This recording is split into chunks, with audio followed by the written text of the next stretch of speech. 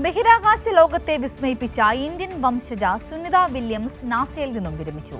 ഏതാണ്ട് 3 പതിറ്റാണ്ടോളം നീണ്ട അവിസ്മരണീയമായ ഔദ്യോഗിക ജീവിതത്തിനാണ് 60-ാം വയസ്സിൽ സുനിത വില്യംസ് വിരാമം കുറിച്ചിരിക്കുന്നത്. 27 വർഷം നീണ്ട ഐതിഹാസികമായ യാത്രയ്ക്കാണ് 60-ാം വയസ്സിൽ സുനിത വില്യംസ് വിരാമം കുറിച്ചിരിക്കുന്നത്. അമേരിക്കയിലെ നാവികസേനയിലെ സേവനത്തിന് ശേഷം 1998 നാസയിലേക്ക് കൂടുമാറുമ്പോൾ അതവരുടെ ജീവിതത്തിലെ ഏറ്റവും വലിയ വഴിത്തിരിവാവുകയായിരുന്നു. 3 ദൗത്യങ്ങളിലായി 608 ദിവസം ബഹിരാകാശത്ത് ചിലവഴിച്ച സുനിത വില്യംസ് ലോകമെമ്പാടുമുള്ള വനിതകൾക്കും ശാസ്ത്രപ്രേമികൾക്കും എക്കാലവും ഒരു വലിയ പ്രചോദനമായിരുന്നു. 9 തവണയായി 62 മണിക്കൂർ ബഹിരാകാശത്തു നടന്നു എന്ന റെക്കോർഡും ഇന്നും തകർക്കപ്പെടാതെ തുടരുന്നു. ഏറ്റവും നാടകീയമായ വെല്ലുവിളികൾ നിറഞ്ഞതായിരുന്നു അവരുടെ കരിയറിലെ അവസാന ദൗത്യം.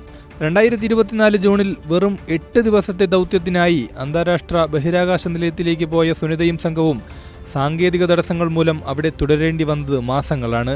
2025 മാർച്ചിൽ തിരിച്ചെത്തുമ്പോൾ ഏതാണ്ട് 1 വർഷത്തോളം നീണ്ട പ്രതിസന്ധി ഘട്ടത്തിലും തന്റെ ജോലിയിൽ വ്യാപൃതിയായ അവരുടെ നിശ്ചയദാർഢ്യം ഏറെ ആദരവോടെയാണ് ലോകം വീക്ഷിച്ചത്.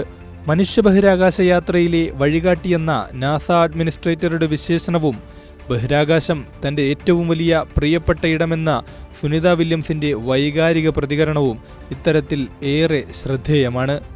News desk, Kairali news.